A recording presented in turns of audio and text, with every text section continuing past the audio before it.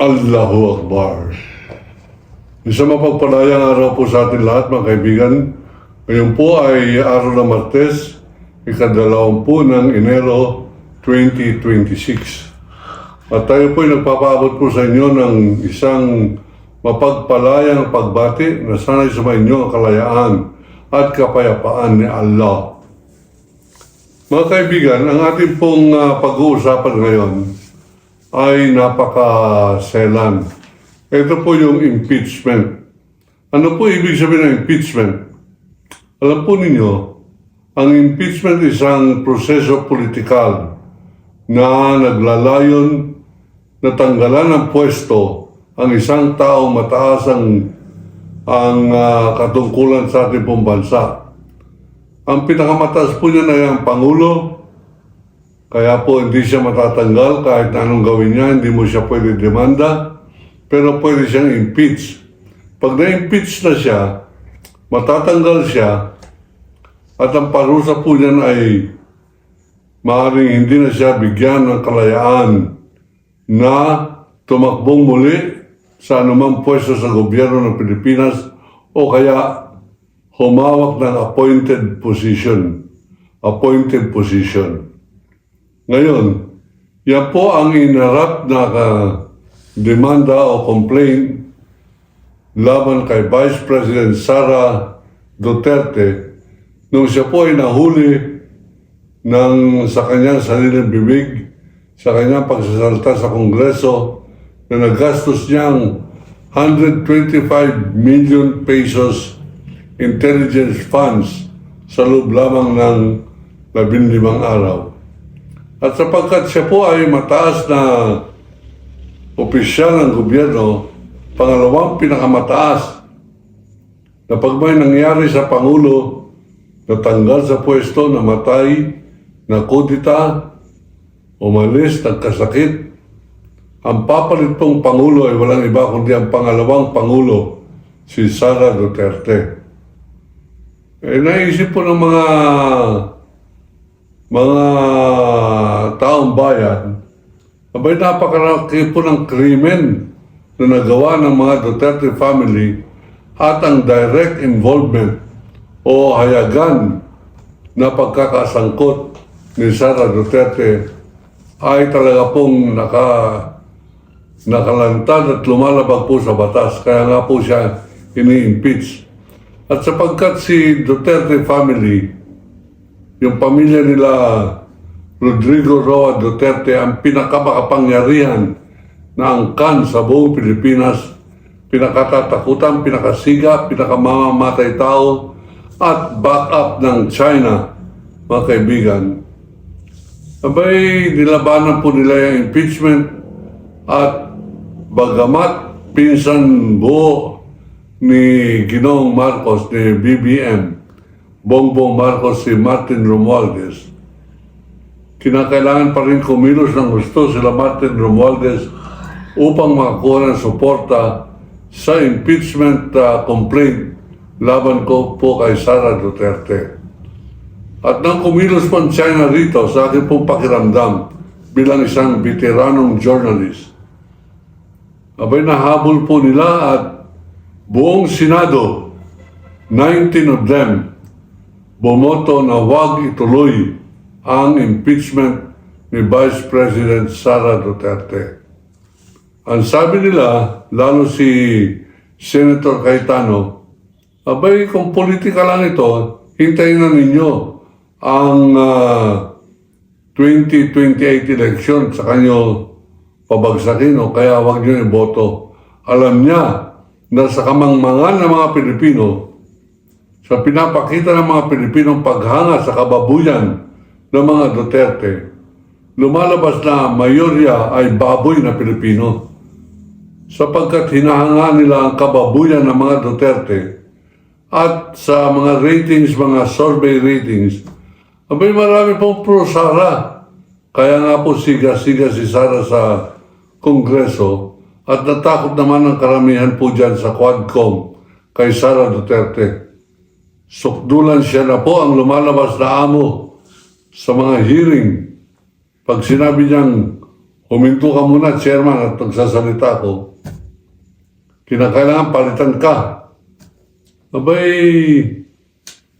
pinakita po nila na wala ni isang congressman ang kayang magpa-contempt.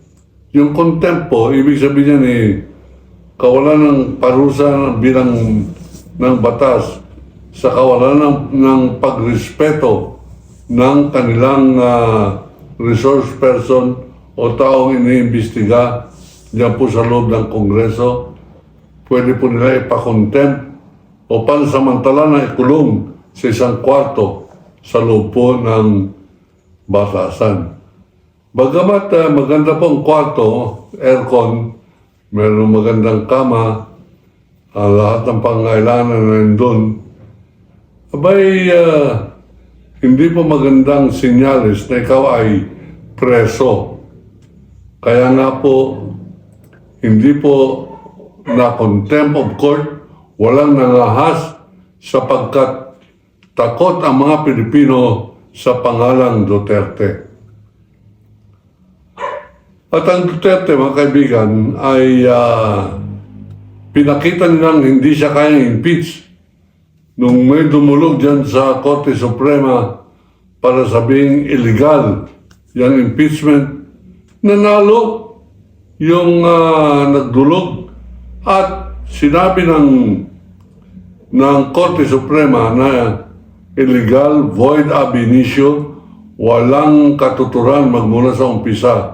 Ab initio, void, walang katuturan, walang legalidad, walang patutunguhan. Yan po ibig sabihin ng void ab initio. Korte Suprema ng Pilipinas nagsabing mali ang buong Kongreso, mali yung 200 congressman na pumirma na sila ay sumasang-ayon sa impeachment ni Sara Duterte at kinakailangan ito ay ipadala agad-agad sa Senado.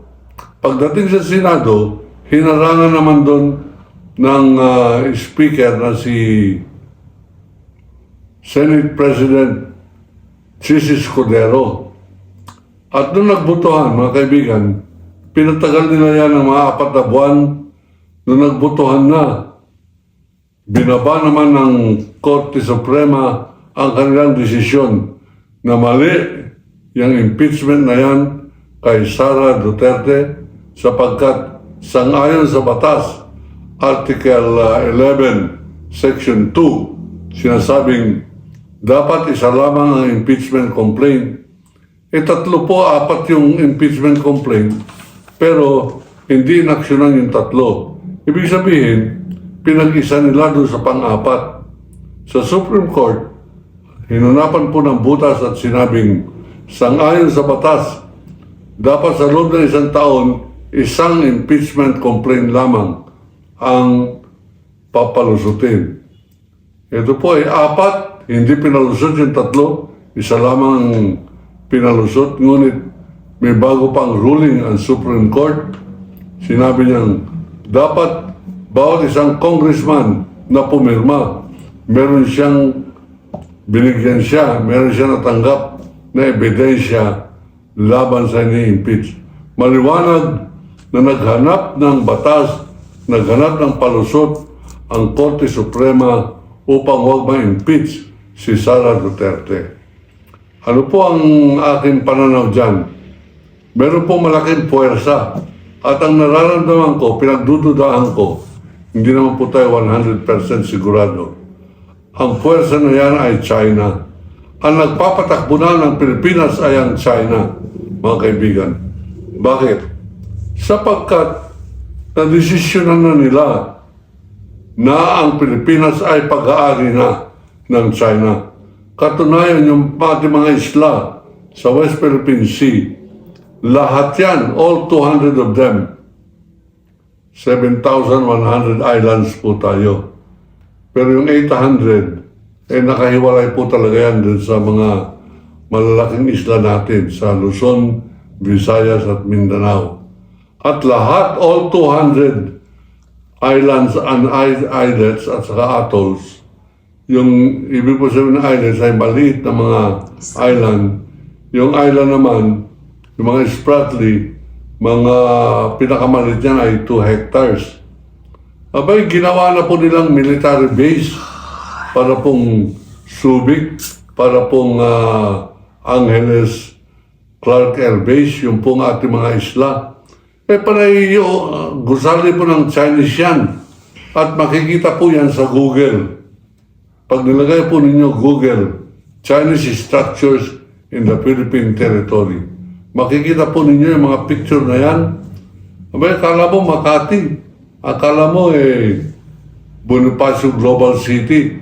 Pero, mga inchik po nandyan. Libo-libo dan libo, milyon na inchik nandyan na po sa ating pong mga isla sa Pilipinas. Ibig po sabihin, yung pong desisyon ng United Nations, binabaliwala nila.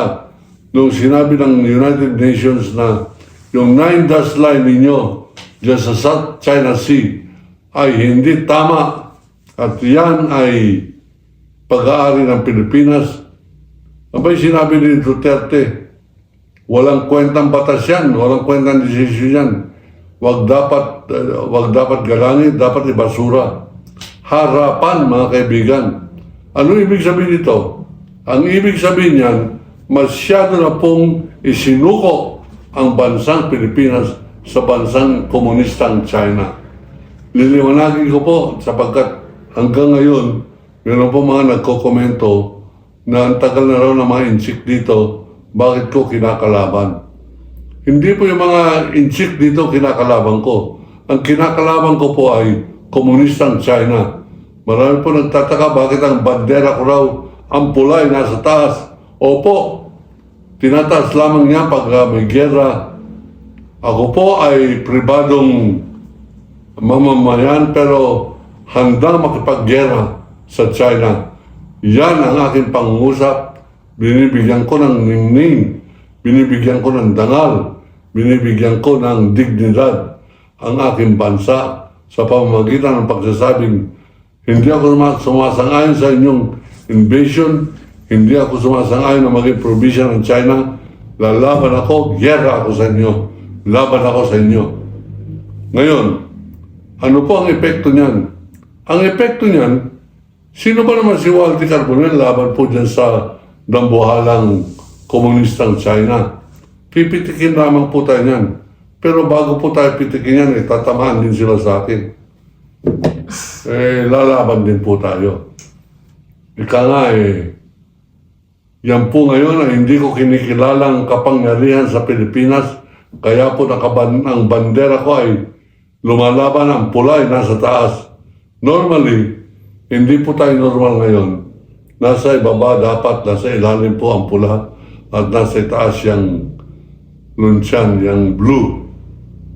Wala po tayo sa normal times ngayon, abnormal times. And I am reacting abnormally. Lumalaban po tayo, hindi po tayo pumapayag. Ngayon, babalik po tayo sa pinag-uusapan natin, impeachment. Naghain ang mga Duterte boys ng impeachment laban kay Ferdinand Marcos Jr. or BBM, Bongbong Marcos. Karamihan po ng mga media, either hindi nila pinapansin to o meron silang dahilan para huwag pansinin. Sa akin pong tingin, tungkulin mo, Bongbong Marcos, na ipagtanggol mo ang bansa, ipagtanggol mo ang iyong sarili, labanan mo ito impeachment na ito. At sapagkat ang China ay dambuhala at ang ating mga congressman karamihan ay corrupt, yung pong chismis na binayaran daw sila ng tig-2 milyon at pataas para bumoto ng impeachment labang kay Sara, 200 congressman. Baliwala po yan 200 ay 2 milyon. Kaya pong gawin 20 million, 100 million ang China ang kanilang lagay. Bakit? Sapagkat napakalaki na ng kanilang nakupkop na mga isla natin at nandito na sila sa loob ng Luzon. Namili na po sila ng mga hotel. Kagagaling ko lamang sa Boracay mga 5 dambuhalang hotel, pag-aari ng Communist China, ng Red China, mga negosyante ng Beijing, diyan po sa Boracay. At hindi ko lamang inabot, meron pong mga nag-report sa akin na kadalasan, bandera ng China ang kanilang pinapa-display dyan, pinapalipad. Naghanap po ko itong December. Hinanap ko, mukhang wala po ako nakita. Ngayon, hindi binibigyan ng pinagtatawanan pa nila itong impeachment labang kay BBM, ay dapat labanan yan ni BBM, mga kaibigan. Sapagkat hindi yan katatawanan, hindi yan kalokohan. Alam po ninyo kasi, yung unang dahilan na sinulat ng isang contractor, ang ibig po sabihin ng contractor, congressman na contractor, dyan po sa DPWH. Abay, ang kanyang isang dahilan, ang pangunang dahilan niya, ay bakit daw pumayag si BBM na ipakidnap si Duterte sa ICC. Mga kaibigan, ang kabugukan nito, congressman ito, ay papaliwanag natin. Sa lahat ng mga nagsasabing, bring him home, kawawa naman si Tatay Digong, kinidnap dito sa sariling bansa. Hindi po totoo yan. Hindi po kidnapping yan. Tayo ay bilang miyembro ng Interpol, bagamat hindi po tayo miyembro na ng ICC, sapagkat yung sinakdal si Rodrigo Duterte ay nag-order ng ating pong pagkalas sa International Criminal Court. Abay, member pa rin po tayo ng Interpol. At ang International Criminal Court nagbigay ng warrant of arrest laban kay Rodrigo Roa Duterte. Wala pong kidnapping yun. Bagamat ganyan po nangyari, yan ang dahilan kung bakit daw kinakailangan ma-impeach si Bongbong Marcos. Mga kaibigan, hindi po tayo Supreme Court. Tayo isang maliit na tinig lamang. Pero pakalatin po ninyo itong tinig na ito. Hindi po natin papayagan na ma-impeach si Bongbong Marcos sapagkat siya lamang ang Pangulo ng Republika ng Pilipinas ngayon na tayo sinasakop ang hayagan na nagsasabing hindi niya isusurrender ang kahit na isang inch. Ano ba sa Tagalog yung inch? Square inch. Square inch na hindi ko na alam sa Tagalog niya, pero ganyan po 1 inch, hindi niya rin isusuko ang ganyang kalaking lupain ng Pilipinas sa China. Magkaiba sila ni Duterte. Sabi ni Duterte, mas mabuti pang maging probinsya na lamang tayo ng China. Napakayaman ng China. Sabi niya, and I quote, kung babae lamang ako, magpapakabit na ako sa China. Mga kaibigan, buong bansang Pilipinas, sinusuko niya sa China, gagawin niyang kabit tayo ng China. Bakit tayo tahimik? Bakit bibigyan pa natin ng pagkakataon na matanggal itong si Bongbong Marcos na nagsasabing hayagan, lumalaban sa China, at ako po ay lumalaban din sa China. Mga kaibigan, pakalatin lang po ninyo itong ating pong episode na ito sapagkat pinapayuhan po natin si Ginoong Marcos. You must take this threat seriously. It is more serious than you think. This is not a hoax. This is not a joking matter. They are ridiculous, but it is a serious case, Mr. President. Do everything you can in order to fight the impeachment. They have all the money. Yung pong magpapa-impeach kay Marcos, nasa kanila lahat ng mga dahilan. Ang daming nasagasahan ni Bongbong Marcos. Nandyan ang DPWH flood control scam, smuggling, yung missing sabungero, atong ang, yung Kibuloy Syndicate, yung mga drug lords, na si Bongo, Michael Yang, lahat ng mga bilyonaryo, Pogo, Isabong, abay, lahat yan, gustong mawala si BBM. Magtutulong-tulong po yan. Pag nagtulong-tulong ang mga bilyonaryo, abay magiging bilyonaryo ang maraming mga congressman na boboto para ma-impeach si Bongbong Marcos. Ang katanungan, ito ba'y kakampihan ng Supreme Court?